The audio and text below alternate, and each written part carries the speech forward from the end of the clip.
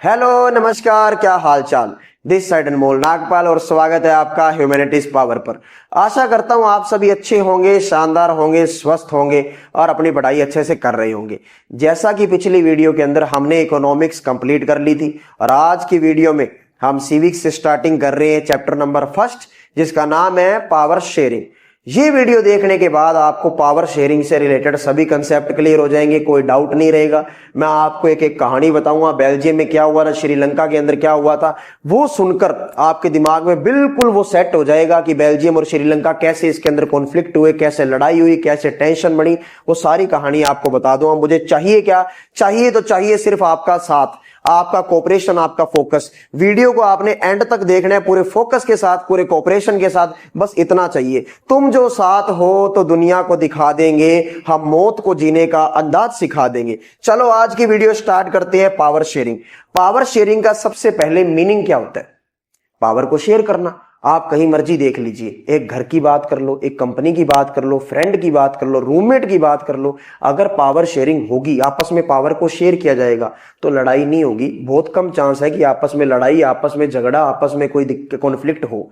तो इसका मतलब है सर पावर शेयर करना तो बहुत जरूरी है। आज मान लो 4-5 रूममेट इकट्ठे रहते हैं तो एक ही रूममेट हमेशा अपनी चलाता है कि ऐसे इसी हिसाब से काम होगा। वो शुरू शुरू में तो सबको अच्छा लगेगा, अरे यार दोस्त है, कोई बात नहीं, रूममेट है, करने दो। लेकिन वो एक एक दिक्कत करके, चिंगारी एक एक करके क्या बढ़ती जाएगी, ज्वालामुखी बढ़ती जाएगी और एक दिन फिर बरसेगी। समझ आई बात? तो इसीलिए पावर को शेयर करना बहुत जरूरी है। आज घर पे भी पिताजी की भी चलती है, माताजी की भी चलती है, दादाजी दादी जी सबकी चलती है। घर पे क्या बनना है, क्या नहीं बनना, कहां जाना है, क्या नहीं जाना। तो इसका मतलब पावर को क्या किया जा रहा है? शेयर किया जा रहा है। एक कंपनी के अंदर, एक स्कूल के अंदर भी पावर को शेयर किया जाता है। आपस में भी आपका ये काम है, आपका ये काम है और आपको इसकी माननी और आपको इसकी माननी है। तो इसका मतलब ये है कि पावर को क्या किया जा रहा है? शेयर किया जा रहा है। और पावर को अगर शेयर नहीं किया जाएगा तो लड़ाई होने के पूरे 101% क्या है? चांस है।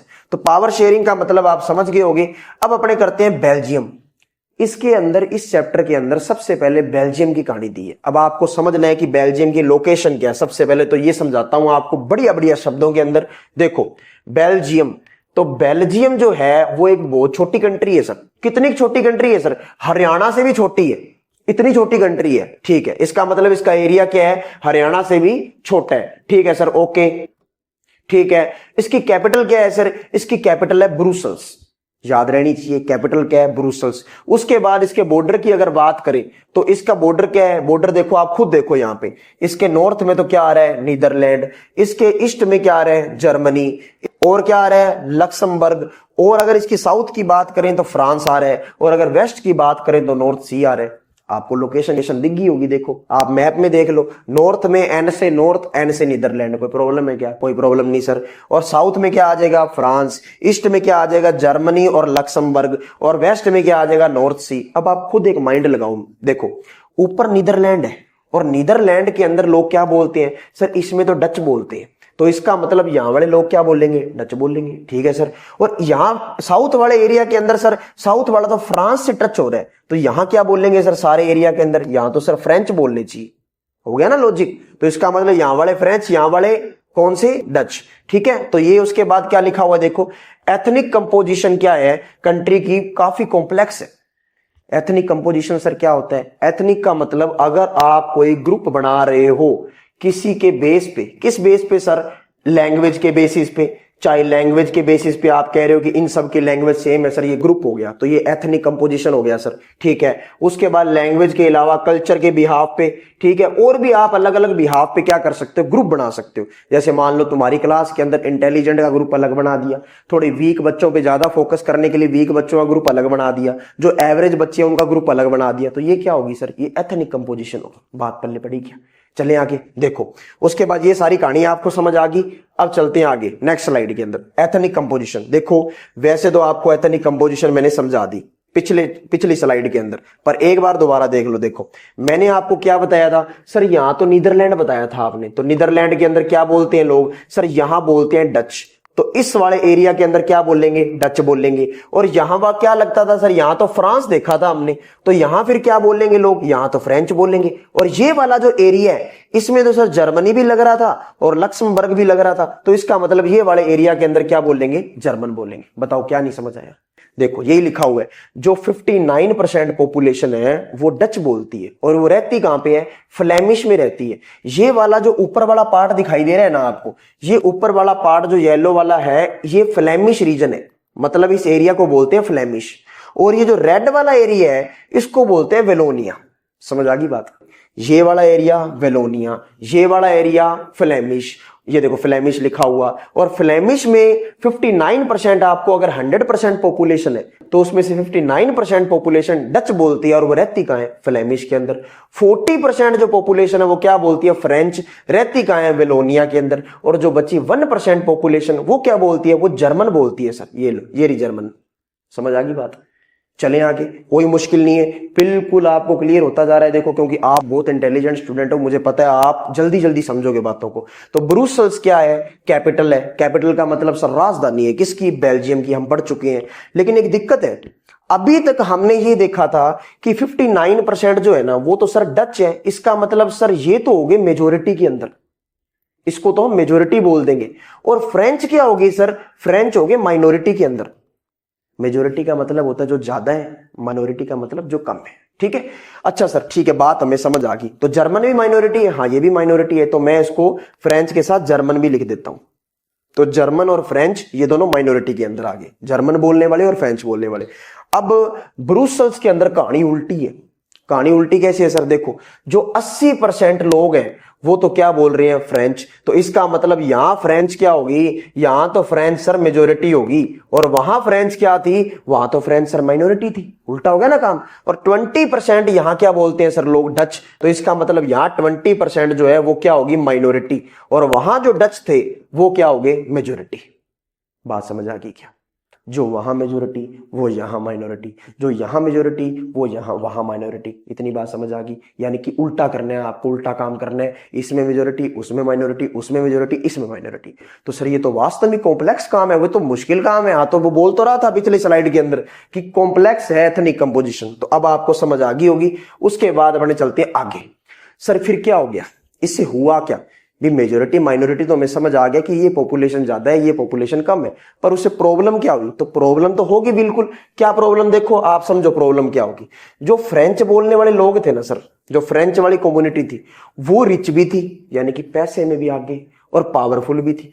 जिसकी जेब में पैसा है तभी दुनिया पूछेगी भाई तू कैसा है। तो इसका मतलब है सर उसके पास तो पैसा भी है, और साथ में क्या है, बढ़िया जिम जा जाके उन्होंने बॉडी भी अच्छी बना रखी है। इसका मतलब पावरफुल भी है और अमीर भी है। ठीक है, तो सर डच बेचारे क्या है, डच वाली जो कम्युनिटी है वो इनको बेनिफिट नहीं मिल पाता। किस चीज का, डेवलपमेंट का, एजुकेशन का। बेचारों को बहुत लेट बेनिफिट मिलता है।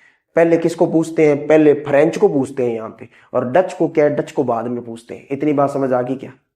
पहले तो क्या है, पहले तो डच बेचारे रह रहे थे, कोई बात नहीं कोई बात नहीं, लेकिन एक समय आया इनको फील आने लग गया अभी ये तो परेशानी वाली बात है, ये तो जब भाई प्रॉब्लम है, बहुत बड़ी प्रॉब्लम है सर। तो धीरे धीरे करके क्या टेंशन होने लगी, किसके बीच में, डच स्पीकिंग के बीच में और फ्रेंच स्पीकिंग के बीच में, यानी कि फ्रेंच बोलने वाले के बीच में और डच बोलने वाले के बीच में क्या होने लगी, टेंशन होने लगी सर। तो टेंशन तो होएगी। आज मान लो तुम्हारा कोई रूममेट, तुम्हारा कोई दोस्त, तुम्हारा कोई साथी, तुम सब बराबर काम कर रहे हो, एक ही कंपनी के अंदर काम कर रहे हो, और उसे ज्यादा बेनिफिट मिल रहा है और तुम्हें कम बेनिफिट मिलता है। बताओ दिक्कत होगी नहीं होगी, होगी कि नहीं, दिक्कत होगी, होगी सर। उनको फैसिलिटी भी अच्छी मिल रही है, उनको पैसा भी अच्छा मिल रहा है, उनको सब कुछ अच्छा उनके साथ ट्रीट किया जा रहा है, और आपके साथ अगर अच्छा ट्रीट ना किया जाए, ठीक है, आप काम भी उतना कर रहे हो, बराबर कर रहे हो, लेकिन फिर भी आपको अच्छा ट्रीट नहीं किया जा रहा, तो बताओ कैसा लगेगा सर। लगेगा तो गंदा, तब तो प्रॉब्लम होगी सर, तब तो बहुत बड़ी प्रॉब्लम होगी सर। तो फिर उस टाइम आपके ख्याल आएगा कि नहीं, हम में कोई अनबन नहीं है, लेकिन बस इतना है कि अब वो मन नहीं है। मैं अपने आप को सुलझा रहा हूं, मैं अपने आप को सुलझा रहा हूं, तुमको लेकर कोई उलझन नहीं है। तो ये बात है। चलो ये बात आपको समझ आ गई होगी कि धीरे धीरे करके टेंशन बढ़ती जाएगी डच स्पीकिंग और फ्रेंच स्पीकिंग के बीच में। ठीक है सर, फिर इलाज बताओ, इसका इलाज क्या? इलाज अभी कर देंगे इसका। उस इलाज को बोलते हैं एकोमोडेशन इन बेल्जियम। मतलब सर आपने तालमेल कैसे बिठा दिया बेल्जियम के अंदर, हमने जो बेल्जियम के अंदर जो बेल्जियम के लीडर्स ने एकोमोडेट कैसे कर दिया लोगों के बीच में, जो लड़ाई होने वाली थी, जो चिंगारी लड़ाई में बदलने वाली थी, यानी कि हाथापाई नहीं हुई थी अभी तक सिर्फ एक दूसरे को डराया जा रहा था, धमकाया जा रहा था, बढ़िया तरीके से एक दूसरे को दुष्ट पापी कहा जा रहा था। लेकिन ये लीडर्स ने देखा, वहां के कि लीडर्स ने देखा ये बात कि भाई साहब ये तो दिक्कत होने वाली है, तो इस दिक्कत को रोको, और जो दिक्कत को सही समय पे ऑब्जर्वेशन कर दे और उसको रोक दे वही एक अच्छा लीडर है। तो इसका मतलब सर बेल्जियम लीडर ने तो ये देखा कि अब कुछ अलग करना पड़ेगा, अब वो वक्त नहीं रहा, जज्बात नहीं रहे, अब कुछ अलग सोचना पड़ेगा। तो उन्होंने ये देखा बेल्जियम लीडर ने कि भाई इनकी सबकी रीजनल और कल्चरल डाइवर्सिटी है। डाइवर्सिटी का मतलब अलग अलग, यानी कि कल्चरली ये सब अलग अलग है सर, और रीजनली भी सब में अलग अलग है सर। तो फिर इसको करें कैसे, इकट्ठा कैसे करें? तो इसके लिए उन्होंने क्या किया, 4 बार कॉन्स्टिट्यूशनल अमेंडमेंट लाई। सर ये क्या होता है? कॉन्स्टिट्यूशनल अमेंडमेंट का मतलब होता है कि कॉन्स्टिट्यूशन के अंदर जब आप चेंज करते हो तो उसे बोलते हैं कॉन्स्टिट्यूशनल अमेंडमेंट। कितनी बार किया है सर? 4 बार किया है। कब से कब तक? 1970 से लेकर 93 तक किया है। किस लिए किया है? ताकि हम कंट्री के अंदर शांति ला सके, शांत देश बना सके। ठीक है सर, ये तो हमें बात समझ आ गई। आगे चलो, देखो हमने फिर बेल्जियम मॉडल के अंदर किया क्या? भी लीडर्स ने ये तो देख लिया भी कुछ अलग करना पड़ेगा, तो फिर वो कुछ अलग किया क्या? तो उसको बोलते हैं बेल्जियम मॉडल। तो हमने अलग क्या करके दिखाया, बेल्जियम मॉडल में क्या अलग हुआ, तो देखते हैं। देखो मैं आपके लिए 4 पॉइंट बना के लाया हूं, और ये 4 पॉइंट अगर आप लिख देते हो ऐसे के ऐसे और इसको एक्सप्लेन कर देते हो तो भाई साहब एग्जामिनर कहेगा कि मजा ही आ गया, दिल गार्डन गार्डन हो गया। देखो पहला 4 level of power sharing, decentralisation, central government, capital government, community government. थोड़ा थोड़ा इतना मैं आपको बता देता हूं, बाकी आगे एक्सप्लेन कर देंगे अपने। देखो हमने पावर शेयरिंग के 4 लेवल बना दिए सर। ठीक है सर, 4 लेवल बना दिए हमने, आगे से आगे लेवल बना दिए। भी पहले तेरे को पावर दे दी, उसके बाद तेरे बाद इसके पास पावर है, उसके बाद इसके पास पावर है। जैसे मान लो सबसे ऊपर स्कूल में कौन होता है? डायरेक्टर। डायरेक्टर के बाद को डायरेक्टर, को डायरेक्टर के बाद प्रिंसिपल, प्रिंसिपल के बाद कोऑर्डिनेटर, कोऑर्डिनेटर के बाद टीचर। तो ये पावर क्या हो रही है? आगे से आगे शेयर हो रही है। तो 4 लेवल बना दिए पावर शेयरिंग के। ठीक है सर, डिसेंट्रलाइजेशन का मतलब, डिसेंट्रलाइजेशन का मतलब है कि हमने सारी पावर्स जो हमारे पास थी, कुछ पावर आगे सरकार थी, ये ले भाई कुछ तेरे पास भी, तू भी राजी है। ठीक है, ये क्या हो गया? डिसेंट्रलाइजेशन। सेंट्रल गवर्नमेंट, सर जो सेंटर में गवर्नमेंट बनती थी ना, उसमें हमने मिनिस्टर क्या कर दिए? बराबर कर दिए। सर किसके किसके मिनिस्टर? अरे 2 ही तो है, एक तो फ्रेंच और एक डच, तो इनके मिनिस्टर बराबर कर देंगे। उसके बाद कैपिटल गवर्नमेंट, कैपिटल क्या थी? कैपिटल याद आनी चाहिए, बताओ कौन सी थी? ब्रुसेल्स। तो ब्रुसेल्स के अंदर एक अलग से सरकार होगी सर, उसके अंदर भी मिनिस्टर क्या होंगे? बराबर होंगे, इक्वल होंगे। ठीक है, उसके बाद कम्युनिटी गवर्नमेंट। अब बेचारे जर्मन वाले कहते हमें कोई पूछ नहीं रहा, हमें भी तो पूछो। तो फिर इन्होंने कहा बेल्जियम के लीडर्स ने, भाई एक कम्युनिटी गवर्नमेंट बनाएंगे जो अपनी कम्युनिटी के लिए काम करेगी। फ्रेंच वाले फ्रेंच के लिए काम करेंगे, और डच वाले डच के लिए काम करेंगे, जर्मन वाले जर्मन के लिए काम करेंगे। बताओ क्या नहीं समझ आया? चलिए आगे, अब मैं आपको इसके एक्सप्लेनेशन बता देता हूं। आगे देखो क्या है इसके अंदर, सारा का सारा किस्सा बता दूंगा, सारी की सारी कहानी याद है मुझे, हर बात मुंह जबानी याद है। देखो कैसे 4 लेवल ऑफ पावर शेयरिंग। तो हमने सबसे पहले क्या किया? लेवल बना दिए सर, बहुत बढ़िया काम किया। ये तो पहला अपन लेवल बना दिया, सेंट्रल लेवल। सबसे पहले 4 गवर्नमेंट होगी सर, कौन कौन सी बताओ? पहली सेंट्रल गवर्नमेंट, दूसरी स्टेट गवर्नमेंट, तीसरी कैपिटल गवर्नमेंट, चौथी कम्युनिटी गवर्नमेंट। बोलो मेरे साथ साथ, पहली कौन सी है? सेंट्रल गवर्नमेंट, मतलब एक सेंटर गवर्नमेंट होगी सर, जैसे इंडिया की गवर्नमेंट है। दूसरी स्टेट गवर्नमेंट, स्टेट का मतलब सर वेलोनिया की अलग होगी, फ्लेमिश की अलग होगी, जैसे इंडिया के अंदर यूपी की अलग गवर्नमेंट है, महाराष्ट्र की अलग है, राजस्थान की अलग है, बिहार की अलग है। तो अलग अलग गवर्नमेंट है ना, तो स्टेट अलग अलग होगी, सेंट्रल अलग होगी। तो सेंट्रल गवर्नमेंट होगी, स्टेट की अलग अलग होगी। उसके बाद सर दिल्ली हमारे है, तो दिल्ली की एक अलग गवर्नमेंट होगी सर, मैं आपको एग्जांपल दे रहा हूं इंडिया का। उसके बाद कम्युनिटी गवर्नमेंट एक अलग होगी सर, फ्रेंच की अलग कम्युनिटी गवर्नमेंट होगी, डच की अलग होगी, और जर्मन की अलग होगी। समझ आ गया?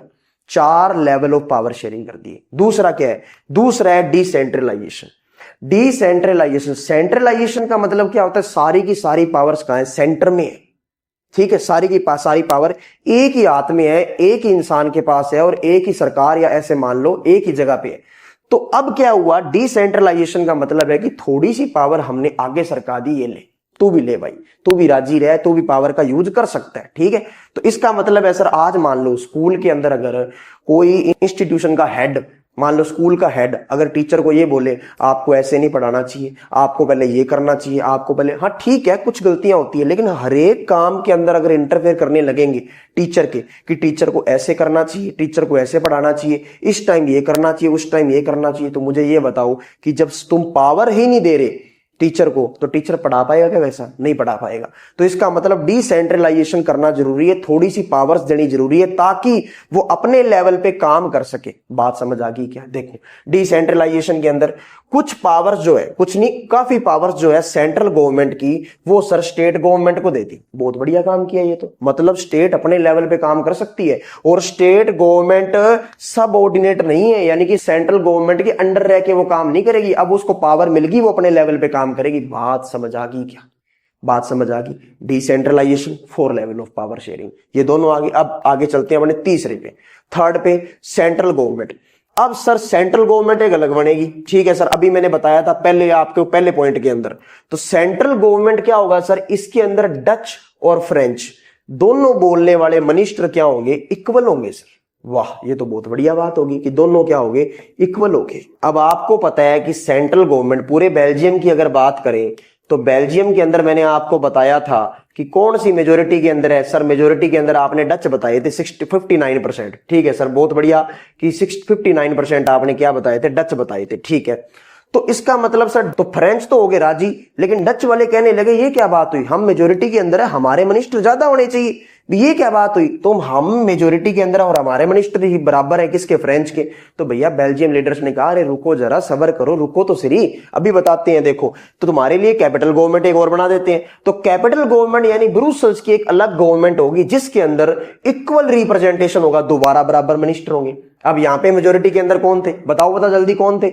यहां थे फ्रेंच वाले सर, यहां फ्रेंच वाले थे, फ्रेंच वाले थे। अब कोई प्रॉब्लम होगी क्या? अब फ्रेंच और डच दोनों राजी हो गए, दोनों सेटिस्फाई हो गए कि यहां भी बराबर, यहां भी बराबर, तो दोनों में मिनिस्टर क्या होंगे? बराबर। अब जर्मन वाले आए, तुम तो डच डच कर रहे हो, फ्रेंच फ्रेंच कर रहे हो, जर्मन को कोई पूछ ही नहीं रहा, तो भैया फिर एक कम्युनिटी गवर्नमेंट और बना दी। इसका मतलब है कि इसके अंदर 3 कम्युनिटी गवर्नमेंट हमने बना दी। कौन कौन सी? डच की अलग कम्युनिटी गवर्नमेंट, फ्रेंच की अलग, जर्मन की अलग। सर ये किससे रिलेटेड काम करेंगे? ये काम करेंगे कल्चर से रिलेटेड, एजुकेशन से रिलेटेड और लैंग्वेज से रिलेटेड। ध्यान रखना ये 3 बातें, कल्चर, एजुकेशन और लैंग्वेज, इनसे रिलेटेड अगर इश्यू सोल्व करने हैं तो कौन करेगा? Community government. समझ आ गई क्या? मुझे पूरी उम्मीद है कि आपको हर एक बात इसके अंदर समझ आ रही होगी। चलो आगे चलते हैं। देखो उसके बाद एक बात और रहेगी। देखो इस रीजन की वजह से, ये बात मैं आपको बता देता हूं। देखो ये इतना बढ़िया जो मॉडल लेके आए बेल्जियम लीडर, इतना बढ़िया लगा भाई साहब कि भविष्य के अंदर क्या किया? ब्रुसेल को चुना गया। ब्रुसेल को चुना गया किसके लिए? हेडक्वार्टर बना दिया किसका? European union. अब यूरोपियन यूनियन क्या होता है? काफी सारी कंट्री मिलकर एक ग्रुप बनाया यूरोप की, उनको क्या कह दिया? European union. और अब उसका हेडक्वार्टर बनाना था, तो उसका हेडक्वार्टर कहां रखा गया? ब्रुसेल्स। ये सोच के कि वाह क्या काम किया है इन्होंने बेल्जियम वालों ने, तो ब्रुसेल को क्या बना दिया? हेडक्वार्टर बना दिया। लो फिर आगे चलते हैं हम, नेक्स्ट स्लाइड देखो, श्रीलंका। यहां तक अपनी बेल्जियम की कहानी होती है खत्म। तो अब हम करेंगे श्रीलंका के बारे में। सबसे पहले मैं आपको बताऊंगा श्रीलंका की लोकेशन। तो लोकेशन तो वैसे आपको पता ही है कहां है श्रीलंका, फिर भी थोड़ा सा जान लेते हैं ताकि आपको पता लग जाए। जैसे इंडिया के साउथ में मिलेगा आपको ये, सबसे पहले तो श्रीलंका देख लो, साउथ में है। हाँ साउथ में है सर। ये एक आइलैंड नेशन है। आइलैंड वो होता है जिसके चारों तरफ क्या हो? पानी ही पानी हो, उसको क्या कहते हैं? आइलैंड कंट्री कहते हैं या आइलैंड कहते हैं। कुछ किलोमीटर दूर है सर, किससे? तमिलनाडु से। देख लो तमिलनाडु से कुछ ही दूर है श्रीलंका, ठीक है। उसके बाद पॉपुलेशन कितनी है? पॉपुलेशन सर जितनी हरियाणा की है। हरियाणा की कितनी है? 2 करोड़। तो 2 करोड़ ही हरियाणा की है लगभग, और 2 करोड़ ही आपको किसकी मिलेगी? श्रीलंका की। मतलब एक पूरी कंट्री की उतनी पॉपुलेशन है जितनी हमारी एक स्टेट की पॉपुलेशन है, ठीक है। उसके बाद गल्फ ऑफ मन्नार, ये क्या करता है? सेपरेट करता है, अलग करता है श्रीलंका को किससे? इंडिया से, ठीक है। तो लोकेशन आपको समझ आ गई होगी। It's very very easy. तो अब एथनिक कंपोजिशन ऑफ श्रीलंका कि इसकी एथनिक कंपोजिशन क्या है, जैसे अपनों ने याद करो बेल्जियम के अंदर किया था, सेम लैंग्वेज के बेसिस पे, सेम कल्चर के बेसिस पे, कोई रिलीजन के बेसिस पे, सेम कास्ट के बेसिस पे अगर हम अलग अलग करते हैं, ग्रुप बनाते हैं, तो वो क्या होता है, एथनिक कंपोजिशन। तो श्रीलंका के अंदर देखो क्या कंडीशन है। सबसे पहले मैं आपको बताता हूं कि दो यहाँ पे बोलने वाले, दो लैंग्वेज बोलने वाले यहाँ पे लोग थे। कौन कौन सी, एक तो सिन्हाला, एक तमिल। ये दो लैंग्वेज बोलने वाले लोग थे। जो सिन्हाला थे वो ज्यादा थे, इसका मतलब वो मेजोरिटी के अंदर थे, और जो तमिल थे वो कम थे, तो इसका मतलब वो माइनॉरिटी के अंदर थे। अच्छा, ये तो बात पहले वाली होगी, थोड़ी पहले से मिलती जुलती होगी। देख लो, चाहे श्रीलंका एक ऐसी कंट्री है जिसके अंदर जो सिन्हाला है, सिन्हाला स्पीकर्स हैं, जो सिन्हाला बोलने वाले हैं, वो कितने हैं, वो 74% है। ठीक है सर। और जो तमिल बोलने वाले हैं वो कितने हैं, 18%। अब जो सिन्हाला है बोलने वाले, वो कौन से धर्म को मान रहे हैं, वो तो बुद्धिज्म को मान रहे हैं। ठीक है। और जो तमिल बोलने वाले लोग हैं वो किसको मान रहे हैं, वो हिंदू को भी, हिंदू भी है और मुस्लिम भी है। लेकिन तमिल बोलने वालों को अपने दो पार्ट में डिवाइड कर सकते हैं, एक तो श्रीलंकन तमिल और एक इंडियन तमिल। सर ये इंडियन तमिल कौन सी है, इंडियन तमिल जो इंडिया से आई है। जब जैसे अपने ब्रिटिशर्स ने रूल किया था वैसे श्रीलंका में भी रूल किया था। तो श्रीलंका में जब उनको कल्टीवेशन करवाना था, खेती करवानी थी, तो एज ए लेबर के रूप में इंडिया से लेबर लेके आए थे एग्रीकल्चर के लिए, कल्टीवेशन के लिए। तो वो लोग जो इंडिया से आए थे वो यहीं सेट हो गए, अपना घर बसा लिया, तो अब यहीं रह गए। वो कौन से हैं, इंडियन तमिल। ठीक है। उसके बाद जो रहे 7%, वो 7% कौन है, क्रिश्चियन है। अब वो क्रिश्चियन सिन्हाला भी है और तमिल भी है। बात समझ आ गई क्या, इतनी सी बात है बस। अब इसके बाद देख लो, देखो ये सारा जितना भी आपको पिंक दिखाई दे रहा है, ये सारा का सारा कौन है, ये सारा का सारा पॉपुलेशन किसकी है, सिन्हाला की। इसका मतलब सिन्हाला तो क्या हुई, मेजोरिटी के अंदर। ठीक है। और ये कौन से तमिल बोलने वाले कौन हुए, माइनॉरिटी के अंदर। ये बात तो अब आपको पता लग गई होगी, इसमें कोई आपको शक नहीं है। ठीक है सर, ओके आगे चलते हैं। अब समझते हैं अपने मेजोरिटेरियनिज्म इन श्रीलंका। तो श्रीलंका कब आजाद हुआ, नॉर्मल सी बातें सर। अपने तो 1947 में आजाद हुए और श्रीलंका को आजादी मिल गई 1948 के अंदर, यानी कि 1 साल लेट मिली है इनको आजादी। ठीक है सर। तो यहाँ पे जो सिन्हाला के लीडर्स थे, वो सिन्हाला के जो लीडर्स थे, उन्होंने क्या ट्राई किया कि हम अपना डोमिनेंस बना ले। यहाँ पे डोमिनेंस मतलब हम सत्ता स्थापित कर ले, हम अपना प्रभाव दिखाएं, हम अपना इफेक्ट दिखाएं, क्योंकि हम क्या है, हम मेजोरिटी के अंदर हैं। तो इसका मतलब हम जीत भी सकते हैं और अपना डोमिनेंस दिखा भी सकते हैं। क्या बात है। ठीक है सर, ओके। इसका मतलब है कि ये अपने मेजोरिटी के होने का फायदा उठा रहे थे। ठीक है सर। तो मेजोरिटी के होने का फायदा उठा रहे थे। उसके बाद अब जीतेंगे कौन, आज मान लो आज आपकी क्लास में बॉयज है, गर्ल्स है, गर्ल्स कम है, बॉयज ज्यादा है। तो ये बताओ मुझे, अगर बॉयज मेजोरिटी का फायदा उठाना चाहें, तो इसका मतलब बॉयज में से कोई मॉनिटर के लिए खड़ा हो गया कि मैं मॉनिटर बनूंगा, तो सारे के सारे बॉयज अगर उसको वोट दे देंगे कि हम बॉय हैं तो बॉय को वोट देंगे, तो इसका मतलब जीतेगा कौन है, बॉय जीतेगा। तो मेजोरिटी का फायदा उठा लिया ना, उठा लिया सर। क्योंकि गर्ल्स कम है और गर्ल्स मिलके अगर सारे एक गर्ल्स को वोट देंगे तो भी नहीं जीत पाएगी। समझ आई बात।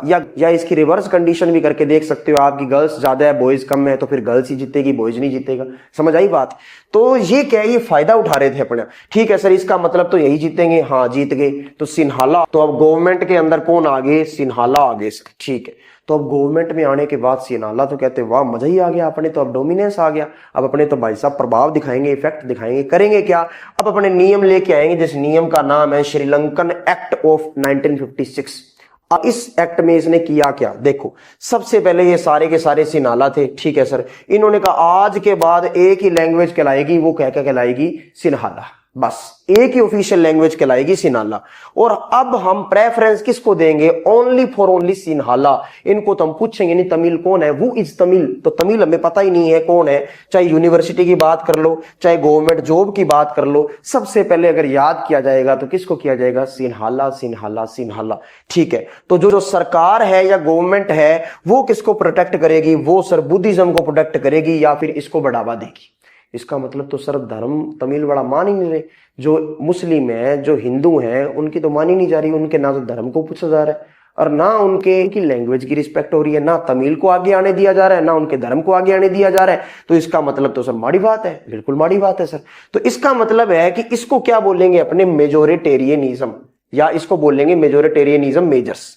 ऐसे मेजर्स जो सिन्हाला लीडर्स ने लिए थे सिन्हाला के फेवर में, उसे बोलते हैं। क्लियर है बात। ठीक है सर, चलो फिर आगे चलते हैं। Next, feeling of alienation. अब धीरे धीरे तमिल वालों के अंदर फीलिंग कैसी आने लगी, एलिनेशन की, कड़वाहट की फीलिंग आने लगी, यानी कि अब धीरे धीरे अंदर आग बनने लगी, चिंगारी आने लगी और चिंगारी से ज्वालामुखी बनने लगी। तो फिर एक सिविल वॉर होता है। सिविल वॉर का मतलब जब एक देश की मेजोरिटी और माइनॉरिटी आपस में लड़ाई करे बढ़िया भयंकर तरीके से, उसे क्या बोलते हैं, सिविल वॉर बोलते हैं। तो अब यहाँ पे क्या होता है, फीलिंग ऑफ एलिनेशन आ जाती है। अब आपको पता है ऐसे क्यों आती है, क्योंकि अभी जो गवर्नमेंट बनी है सिन्हाला की, उनके लीडर्स ने क्या किया, मेजोरिटेरियन मेजर्स ले लिए। अब इसकी वजह से फीलिंग ऑफ एलिनेशन आ गई। किसके बीच में, तमिल के बीच में। तमिल के बीच में सर कड़वाहट आने लगी बिल्कुल। तमिल कहते हैं ये क्या बात होती है भाई, ना तो हमारे धर्म को कुछ सुधार है, ना हमारे लैंग्वेज को कुछ सुधार है। तमिल वाले अब कहते हैं करें तो करें क्या, जिए तो जिए कैसे, क्योंकि जिंदगी गुजर गई अपनों को खुश करते करते। जो खुश हुए वो अपने नहीं थे और जो अपने थे वो कभी खुश ही नहीं हुए। तो बस इसका मतलब है सर अब इस धीरे धीरे क्या होने लगी, कड़वाहट और होने लगी और सिविल वॉर में क्या हो गया, ये ट्रांसफॉर्म होगी बात। ठीक है सर, ओके। अब श्रीलंकन तमिल क्या करेंगे, एक पार्टी लॉन्च करेंगे। ठीक है, पार्टी लॉन्च कर दी, वो स्ट्रगल करने लगे और उसके अंदर उन्होंने मांग की कि हमारी लैंग्वेज को क्या बना दो, ऑफिशियल लैंग्वेज बना दो भाई। अगर तुम चाहते हो कि हम शांत हो जाएं तो सीधी सीधी बात है, हमारी लैंग्वेज को क्या बना दो, ऑफिशियल लैंग्वेज बना दो, हमारी लैंग्वेज के आगे ऑफिशियल लगा दो। ठीक है सर, ओके। तो और क्या दे दो हमें, रीजनल ऑटोनॉमी, क्योंकि अगर हमें ऑफिशियल लैंग्वेज मिल गई तो रीजनल ऑटोनॉमी तो अपने पास आ जाएगी। रीजनल ऑटोनॉमी का मतलब है कि हम सेल्फ डिपेंडेंट है, किसी के अंडर में नहीं है, हम अपने कंट्रोल अपने खुद रखेंगे। ठीक है, ओके। तो हमें एजुकेशन के अंदर इक्वेलिटी चाहिए, जॉब के अंदर इक्वेलिटी चाहिए। हमें नहीं चाहिए कि हम तुमसे आगे बढ़े, लेकिन हम ये भी नहीं बर्दाश्त करेंगे कि हम तुमसे पीछे रहे। तो इसका मतलब बात तो सर तमिल वालों की बात तो सही है। ठीक है, लेकिन यहाँ के जो लीडर्स थे वो समझदार नहीं थे। सिन्हाला जो लीडर्स थे वो समझदार नहीं थे, जैसे बेल्जियम के लीडर्स थे। तो सिन्हाला वाले अगर लीडर थोड़े समझदार होते, अच्छी समझ रखते, तो कहीं ना कहीं ये लड़ाई ना होने देते सिन्हाला और तमिल के बीच में। तो सिन्हाला के लीडर्स ने तो उल्टा पेट्रोल छिड़का ऐसे करके भी, हाँ अरे आग जल रही है, ये लो पेट्रोल और लो। तो इसका मतलब है लड़ाई और करवाई, सिविल वॉर में और ट्रांसफर करवाया।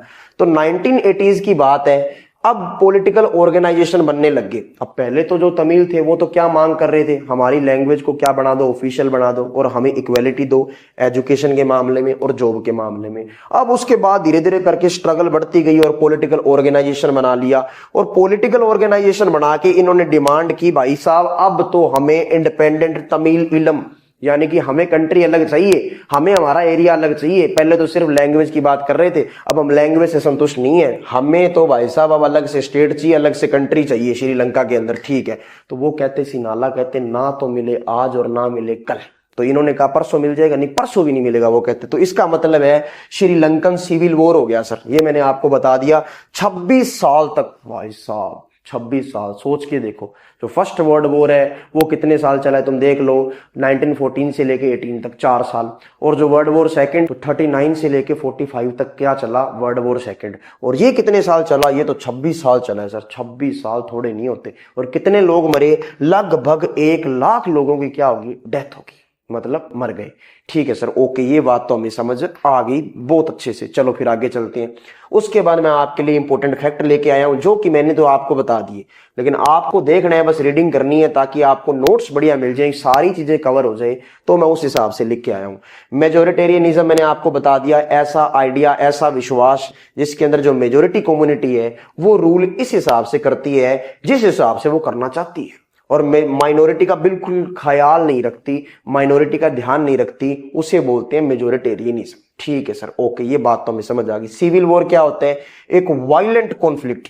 वायलेंट मतलब हिंसा, लड़ाई, जबरदस्त दंगे फसाद। ठीक है, किन के बीच में, अपोजिंग ग्रुप, दो, एक मान लो मेजोरिटी एक माइनॉरिटी, ऐसे मान लो, क्योंकि अब यहाँ पे सिविल वॉर हुआ था 2 कम्युनिटी के बीच में, तो उसे क्या बोल देंगे, सिविल वॉर। तो ये इतना भयानक हो जाता है कई बार कि ये क्या कहलाता है, वॉर कहलाता है। ठीक है, ओके।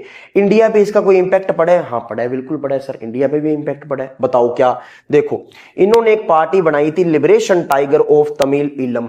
ठीक है, किन्होंने सर, तमिल वालों ने ये पार्टी बनाई थी। अब उसके बाद ये लड़ तो रहे थे, अब लड़ने के दौरान अपने इंडियन प्राइम मिनिस्टर उस टाइम कौन थे, राजीव गांधी। अब राजीव गांधी ने सोचा भाई साहब भी इनके तो सिविल वॉर हो रहा है, अपने कोई ध्यान दून रखो, इनकी टेक केयर करो। तो टेक केयर करने के लिए कुछ जनों को भेज दिया। ट्रूप्स को भेज दिया वहां पे। अब वो बेचारे करने तो टेक केयर गए थे, लेकिन तमिल वालों को लगा ये तो उनकी टेक केयर कर रहे हैं, अपनी तो टेक केयर कर ही नहीं रहे, अपना तो ध्यान रख ही नहीं रहे, अपना ख्याल रख ही नहीं रहे, इसका मतलब तो ये अपने अगेंस्ट है, ये तो अपने अगेंस्ट काम कर रहे हैं और उनका ख्याल रख रहे हैं। तो कहीं ना कहीं फिर उस वक्त ये पार्टी ने क्या किया, प्राइम मिनिस्टर राजीव गांधी की हत्या करवा दी, इसको मरवा दिया। ठीक है, बात आ गई समझ। तो ये इंडिया पे इंपैक्ट पड़ा, यानी कि हमें एक लीडर को खोना पड़ा। उसके बाद why power sharing is desirable. अब तक तो आपको पता लग गया होगा पावर शेयरिंग जरूरी क्यों है। सर ये तो हमें पता है, बस वही तो लिखना है जो तुम्हें पता है। मैं तो आपकी शक्तियां निकलवाने का काम कर रहा हूं, आप तो पहले ही टैलेंटेड बहुत हो, आपके अंदर तो पहले से शक्तियां हैं। जैसे हनुमान जी थे ना, हनुमान जी को क्या मिला था, एक श्राप मिला था कि वो अपनी सारी शक्तियां भूल जाएंगे, और जब वक्त आएगा एक टाइम जब उनको शक्तियां उनकी याद दिलवाई जाएगी, तब वो क्या करेंगे, अपनी शक्तियां उनको याद आ जाएगी। अब जब हनुमान जी को समुद्र पार करना था, तो समुद्र पार करते वक्त वो देख रहे हैं भी मतलब जाऊं कैसे समुद्र पार करके, सीता माता की खोज करें तो करें कैसे। तो जामवंत जी कहते हैं तुम ही करोगे और कौन करेगा। फिर उनको शक्तियां याद दिलाई जाती है, फिर उसके बाद हनुमान जी पहुंचते हैं श्रीलंका। समझ आई बात। तो आप तो हनुमान जी हो एक तरीके के, मतलब आप में शक्तियां पहले से है, मैं तो उनको बाहर निकलवाने का काम कर रहा हूं। देखो उसके बाद by power sharing is desirable, मतलब पावर शेयरिंग क्यों होनी चाहिए। तो ये तो अंडरस्टैंडिंग वाली बात है, आपको पता है क्यों होनी चाहिए। दो रीजन की वजह से। कौन कौन से, एक तो प्रूडेंशियल रीजन, एक मोरल रीजन। कौन कौन से बताना। पहला प्रूडेंशियल रीजन, दूसरा moral reason. Sir prudential reason का मतलब ये रिलेटेड है एफिशिएंसी से। एफिशिएंट का मतलब, ठीक है, एफिशिएंट का मतलब मान लो एक आदमी 2 घंटे के अंदर 10 चिप्स के पैकेट बना रहा है और कोई 4 घंटे के अंदर 10 चिप्स के पैकेट बना रहा है, तो एफिशिएंट कौन हुआ। एफिशिएंट तो वो हुआ जो कम समय के अंदर ज्यादा बना रहा है। समझ आई बात, वो होता है एफिशिएंट या एफिशिएंसी। तो फिलहाल यहां क्या मतलब है प्रूडेंशियल रीजन का, वो देखो ये पावर शेयरिंग के फोकस करता है कि ये क्या रिजल्ट देगा, सर बेटर रिजल्ट देगा, वो तो पता ही है। प्रूडेंशियल रीजन क्या है, प्रूडेंशियल रीजन ये है कि ये पावर शेयरिंग पे ऐसा फोकस करते हैं कि इसके हमें रिजल्ट क्या मिलते हैं, बढ़िया मिलते हैं, शानदार मिलते हैं, ब्यूटीफुल मिलते हैं, वंडरफुल मिलते हैं। आपको पता है कि अगर पावर को शेयर कर दिया जाएगा तो लड़ाई होएगी नहीं, और लड़ाई होएगी नहीं तो फिर बढ़िया रिजल्ट आएगा। क्या बात है, ठीक है। और ये पावर शेयरिंग गुड क्यों है, अच्छी क्यों है, क्योंकि ये पॉसिबिलिटी को कम कर देता है लड़ाई की, किन के बीच में, सोशल ग्रुप के बीच में। ये भी मैंने अभी बताया आपको। एग्जाम्पल जैसे रिजर्वेशन मिला हुआ है किसमें, जॉब या गवर्नमेंट, किन के लिए सर, शेड्यूल कास्ट को, शेड्यूल ट्राइब को। इससे क्या हुआ, ये वीकर सेक्शन है, एससी है, एसटी है, उनको पार्टिसिपेट करने का मौका मिला एडमिनिस्ट्रेशन के अंदर। देखो अब तो हमने क्या कर दी, पावर शेयर कर दी, थोड़ी सी पावर इनको दे दी, और पावर देने से क्या हुआ, लड़ाई कम हो रही है। क्या बात है, ठीक है सर, ओके। अब मोरल रीजन, मोरल रीजन क्या होता है कि क्या करना चाहिए और क्या करना नहीं चाहिए, इसको कहते हैं मोरल रीजन। क्या करना चाहिए क्या करना नहीं चाहिए, ये तो बचपन से अपने को घर वाले सिखाते आ रहे हैं, ऐसे करो वैसे करो, वो नहीं करना, ये करना है वो करना है। तो ये क्या, ये मोरल रीजन है। तो ये किस पे फोकस करता है, ये फोकस करता है कि पावर शेयरिंग तो वैल्यूएबल है, मतलब भाई साहब बहुत ज्यादा वैल्यू है इसकी, पावर शेयरिंग की तो खतरनाक वैल्यू है, ठीक है, ओके। अब पावर शेयरिंग क्या है, स्पिरिट ऑफ डेमोक्रेसी, डेमोक्रेसी की आत्मा है एक, ऐसे मान लो। डेमोक्रेसी अगर किसी देश के अंदर है और उस देश के अंदर अगर पावर शेयरिंग नहीं है, इसका मतलब वहां डेमोक्रेसी है ही नहीं, नाटक चल रहा है डेमोक्रेसी का। समझ आ गई बात। जहां डेमोक्रेसी है वहां पावर शेयर होगी होगी, ठीक है। तो इसका मतलब सब पावर शेयरिंग तो सच्ची में क्या है, आत्मा है किसकी, डेमोक्रेसी की, ठीक है। फॉर एग्जाम्पल, क्या एग्जाम्पल है, इंडिया के अंदर जो सिटीजन्स है वो डिबेट कर सकते हैं, क्रिटिसाइज कर सकते हैं पॉलिसी डिसीजन सरकार के। आज मान लो पहले क्या होता था, पहले राजा महाराजा की मान लो तुम चुगली कर देते ना, भी हाँ यार राजा ढंग का नहीं है अपना, तो ऐसे मान लो अगर उसको पता लग जाता तो राजा भाई साहब कुछ ही कर सकता था, वो बंदूक से नहीं तोप से भी उड़वा सकता था। समझ आ गई बात क्या। तो इसका मतलब है सर राजा तो कुछ भी कर सकता था, मेरा वचन ही है शासन। और आज अपने गवर्नमेंट को क्या क्या कह देते हैं, डिबेट कर देते हैं, गवर्नमेंट ये नहीं करती, सरकार हमारी सड़क नहीं बना रही, सरकार ये नहीं कर रही वो नहीं कर रही। तो ये क्यों कह पा रहे हैं, डेमोक्रेसी की वजह से, पावर शेयरिंग की वजह से। क्योंकि हमारा देश, हमारा कॉन्स्टिट्यूशन हमें इतनी ताकत देते हैं कि हम उसको क्रिटिसाइज कर सकते हैं, पॉजिटिव और नेगेटिव इंपैक्ट, पॉजिटिव और नेगेटिव बातें दोनों कर सकते हैं। बात समझ आ गई, चले आगे देखो। उसके बाद नेक्स्ट स्लाइड पे form of power sharing, last and final topic. इसके बाद अपना चैप्टर होता है फिनिश, कंप्लीट कर देंगे आज के आज। देखो बस मैंने कहा था ना वीडियो के एंड तक बने रहना है, और चैप्टर बिल्कुल आपके क्लियर ही कर दूंगा, मतलब पूरे ढंग से समझा दूंगा, मतलब आप भी कहोगे वाह सर मजा आ गया। देखो forms of power sharing, power sharing की कौन कौन सी फॉर्म है, तो सबसे पहले तो देखो 4 तरीके की फॉर्म हो सकती है। सर कौन कौन सी बताओ। पहली तो हॉरिजॉन्टल, दूसरी वर्टिकल, तीसरी सोशल ग्रुप और चौथी कौन सी है?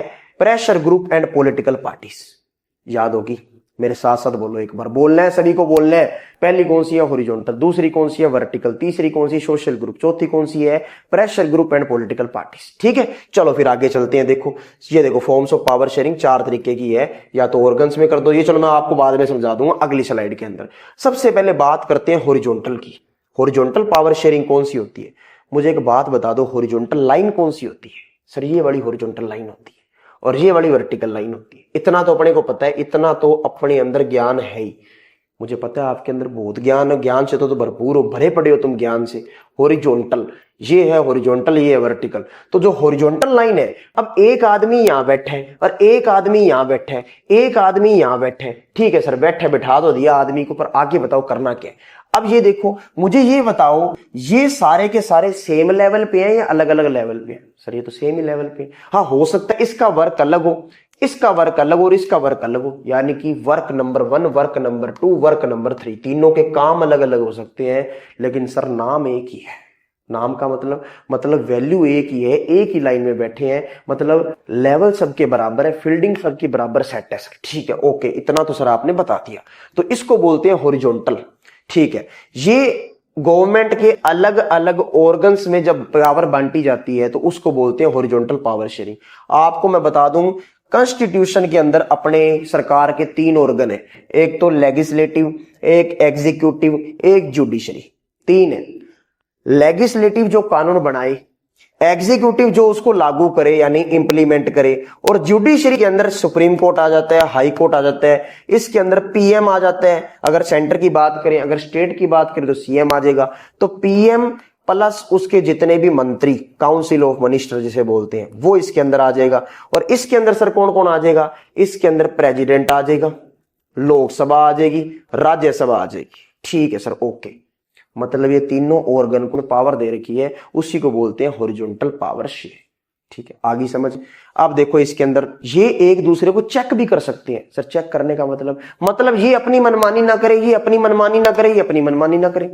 मतलब सर एक दूसरे को चेक भी कर सकते हैं। अगर मान लो शक्तियां एक के पास ज्यादा होती, एक के पास कम होती, तो इसका मतलब तो सर एक जना अपनी मनमानी कर सकता था। तो पावर तो बराबर है, वैल्यू सेम है, सब कुछ सेम है, लेकिन सर काम अलग अलग है। और काम अलग अलग है तो एक दूसरे को काम को, वर्क को ये चेक कर सकते हैं। ठीक है, समझ आ गई बात? ठीक है सर, ओके, यही लिखा हुआ है, देख लो चाहिए। जब अलग अलग ऑर्गन्स में हम पावर सेपरेट कर दें तो उसे क्या बोलते हैं? Horizontal power sharing. ये तीनों ऑर्गन्स के नाम आगे बता दिए मैंने। ये चेक एंड बैलेंस का सिस्टम इंश्योर करते हैं। चेक एंड बैलेंस भी बता दिया कि एक दूसरे को चेक कर सकते हैं कि हाँ सही काम कर रहे हैं। ठीक है, और उसके बाद ये हॉरिजॉन्टल पावर शेयरिंग ये बचाती है कि किसी एक ऑर्गन के हाथ में या किसी एक ऑर्गन के पास ज्यादा पावर ना आ जाए। ये लो, मुझे पूरा विश्वास है कि आपको हॉरिजॉन्टल वाला समझ आ गया होगा। इसके बाद करते हैं वर्टिकल वाला। वर्टिकल पावर शेयरिंग के अंदर देखो ये होते हैं लेवल, इसके अंदर लेवल सबके निकलेंगे। देखो अभी देखो लेवल सारे समझा दूंगा आपको। जब सरकार के अलग अलग लेवल में पावर शेयर हो जाए, लेवल देखो ऐसे, मैंने उसके अंदर आपको ऐसे बताया था ये वर्टिकल है।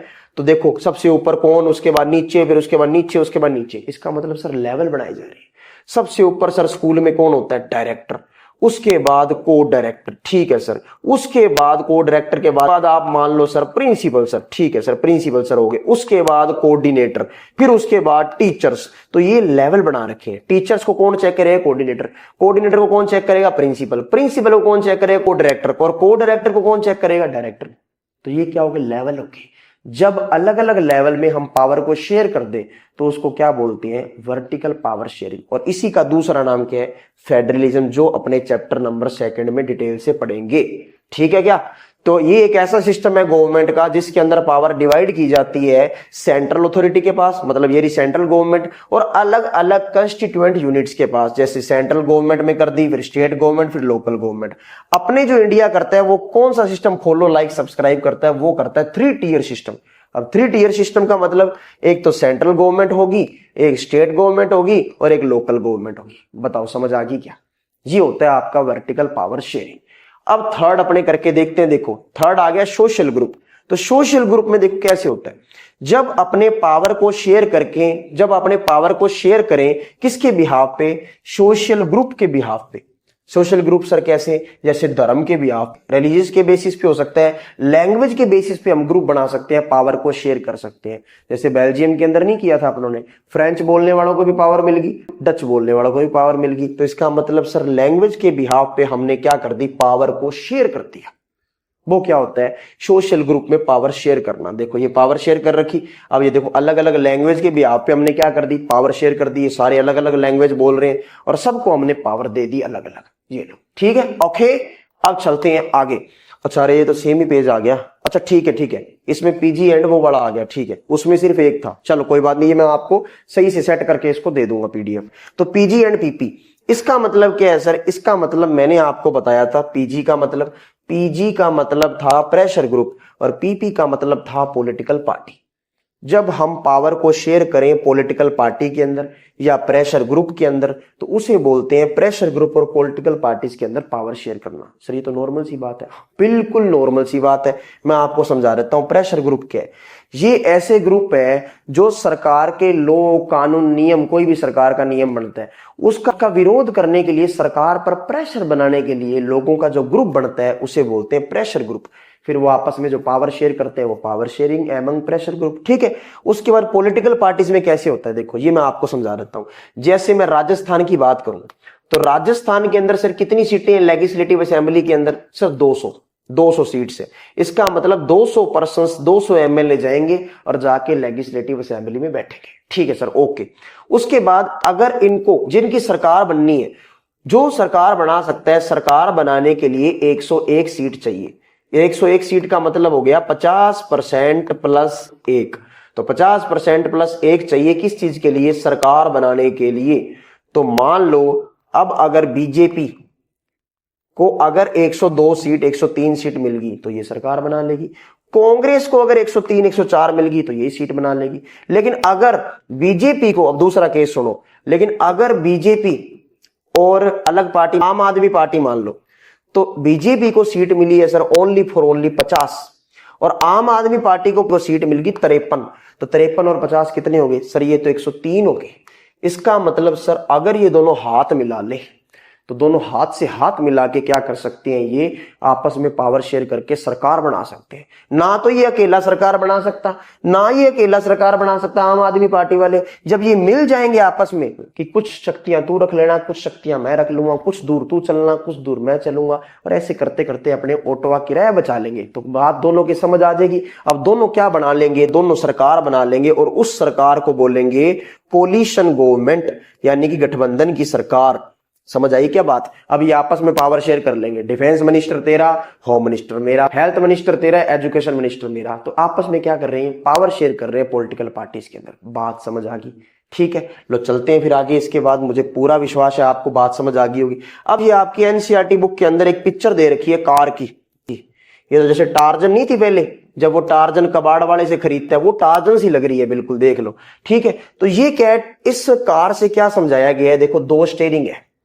ये 2 स्टीयरिंग से क्या समझाना चाहता है? ये कोलिशन गवर्नमेंट, यानी कि अभी जो मैंने आपको बताया गठबंधन की सरकार, जो हाथ से हाथ मिलाने के बाद सरकार बनी थी, उसके ड्रॉबैक बताना चाहता है। ड्रॉबैक का मतलब सर कि उसके नुकसान क्या है, कमी क्या रहेगी। तो उसकी कमी ये रहेगी कि मान लो एक पार्टी इधर थी बीजेपी और इधर आम आदमी पार्टी, एक स्टीयरिंग ये संभाल रहे हैं, एक स्टीयरिंग ये संभाल रहे हैं। ये कह रहे हैं काम होना चाहिए ऐसे, ये काम होना चाहिए ऐसे। इसका मतलब अलग अलग ये डायरेक्शन दे रहे हैं और इन दोनों में फिर बनेगी नहीं। ये कहेंगे काम मेरे हिसाब से हो, ये कहेंगे काम मेरे हिसाब से हो। तो ये लास्ट तक कोई मुद्दे तक पहुंच ही नहीं पाएंगे, कोई डिसीजन तक पहुंच ही नहीं पाएंगे, कोई नियम तक पहुंच ही नहीं पाएंगे। तो सर इससे तो कमी होगी बहुत बड़ी। हाँ, तो ये कमी होगी। विचार मिलना बहुत जरूरी है। अगर विचार मिलेंगे तभी सरकार चल पाएगी, वरना नहीं चल पाएगी। तो जर्मनी के अंदर भी ऐसे हुआ। 2005 की बात है कि 2 पार्टीज ने क्या बना ली? कोलिशन गवर्नमेंट बना ली।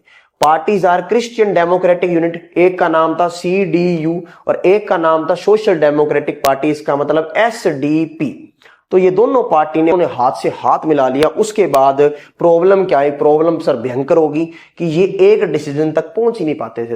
एक कह रहा है जनता का ऐसे भला करना है, दूसरा कहता है ऐसे भला करना है। एक कह रहा है ऐसे नुकसान करना है, दूसरा कह रहा है ऐसे नुकसान करना है। तो नुकसान भला ही नहीं डिसाइड हो पा रहा अभी कैसे करना है। तो ये आपका चैप्टर होता है कंप्लीट। आपको बहुत बहुत शुभकामनाएं। Thank you very very much कि आपने वीडियो को एंड तक देखा और मुझे पूरा विश्वास है कि आपको वीडियो पूरी की पूरी समझ आई होगी। पावर शेयरिंग से रिलेटेड आपके सभी कंसेप्ट क्लियर हो गए होंगे और इसके बाद टेलीग्राम ग्रुप को ज्वाइन कर लें, मैं आपको लिंक प्रोवाइड कर दूंगा और उस पे आपको पीडीएफ अवेलेबल हो जाएगी। ये वाली थोड़ा इसको मैं सेट करके दे दूंगा आपको और उसके बाद आप पीडीएफ रिवाइज कर लेना और ज्यादा से ज्यादा इसके बाद क्वेश्चन करके देखेंगे आपसे हो रहे हैं नहीं हो रहे, ताकि आपकी प्रैक्टिस भी साथ साथ हो जाए।